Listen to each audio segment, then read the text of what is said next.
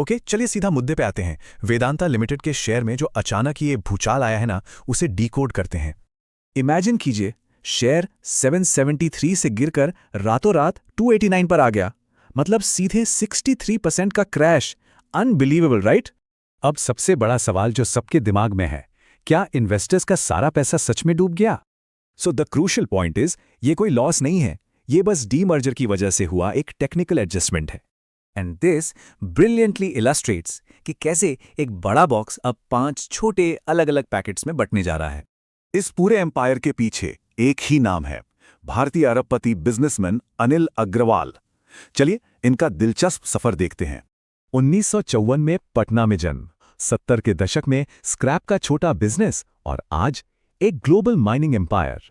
Structure देखें तो वो लंदन बेस्ड वेदांता रिसोर्सेज के चेयरमैन और इंडियन लिस्टेड वेदांता लिमिटेड के नॉन एग्जीक्यूटिव चेयरमैन हैं।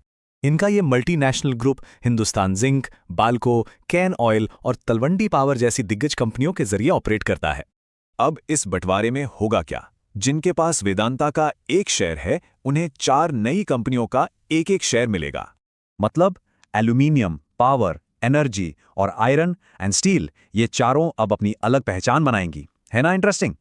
ध्यान रहे, हॉलिडे की वजह से सिर्फ 29 अप्रैल तक शेयर खरीदने वाले ही इस डीमर्जर के लिए एलिजिबल थे। Now what's really interesting here, ICICI direct के हिसाब से इन सारे हिस्सों की टोटल वैल्यू लगभग 820 रुपए बनती है। और जो मेन स्टॉक है ना, उसकी शॉर्ट टर्म एडजस्टेड कीमत 300 से 325 के आसपास स्टेबल रहने की उम्मीद है। बंटवारे के बाद पुरानी वेदांता की असली ताकत अब उसकी सबसे बड़ी सब्सिडरी हिंदुस्तान जिंक पर टिकी होगी। Let's move to the risk factor.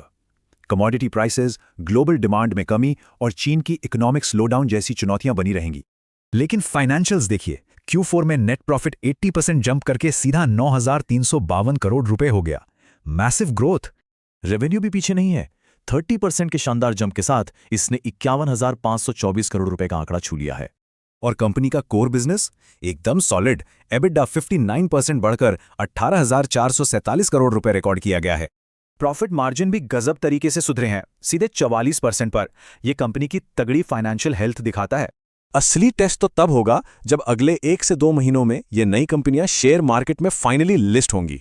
तो क्या अग्रवाल का ये mega demerger long term wealth बनाएगा या फिर मार्केट में सिर्फ वोलेटिलिटी? आपका क्या सोचना है?